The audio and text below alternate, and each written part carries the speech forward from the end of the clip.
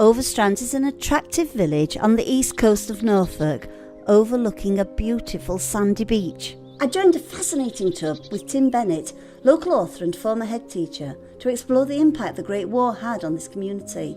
All the boys that went off to war would have actually done their daily lessons here in this room with Mr. Lambert as their head teacher. And most of the boys who were killed were in their 20s.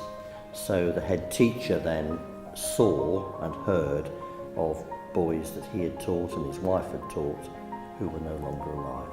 And that must have been so sad. Every Sunday he used to go up to the church, but apparently he went up there because he wanted to cry. We're standing by the grave of one 19-year-old boy from Overstrand, Edward Naylor. He was a pupil at the school that we've just been standing outside. Edward Naylor joined the Russian Armoured Car Squadron, converting Rolls-Royce cars that were donated to the war efforts and making them into armoured vehicles, and then took them over to Russia.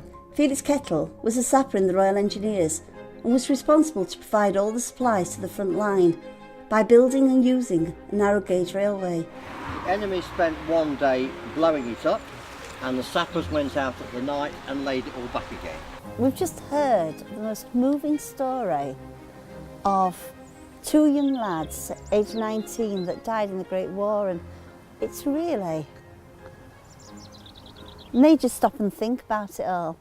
After the church, Tim took us around the village, stopping off at landmarks along the way. Herbert Smith Church lived here and was a professional photographer.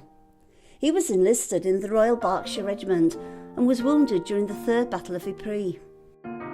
Then we made our way to one of the most important streets in the whole town, now called Harbour Road, but back then was called Gunton Terrace.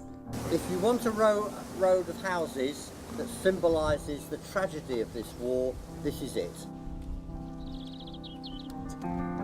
And why is this so significant, this road for the war? Mainly because 6 of the boys who died lived just here in these 12 houses. Every other one virtually, they had a loss. You just can't imagine it. Claude Church, cousin to Herbert, lived down the lane in number 10 with his younger brother Tommy. Sergeant Claude was killed by a German shell on the second day of the Battle of the Somme, July 1916. Tommy Church was also in the Russian Armoured Car Squadron with Edward Naylor, where he died just 2 weeks before the end of the war. Tommy must have been in the last action in that area during the war. Just tragic. Yeah, it's very, very, very moving. Very moving. So you could say this little note here symbolises all the suffering of Overstrand. Yes. Our next stop was the building where the Belgian soldiers were nursed. They teach history in school, but this is living history. It's got to be kept alive, otherwise what will they know in the next 100 years about the history of what happened?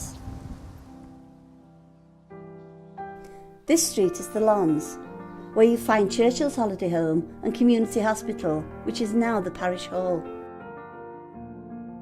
Do you know, that whole walk is so moving, isn't it? It brings it home because I have a daughter myself who's just joined the Navy and she's also 19, so it's very emotional for us, very emotional at the moment.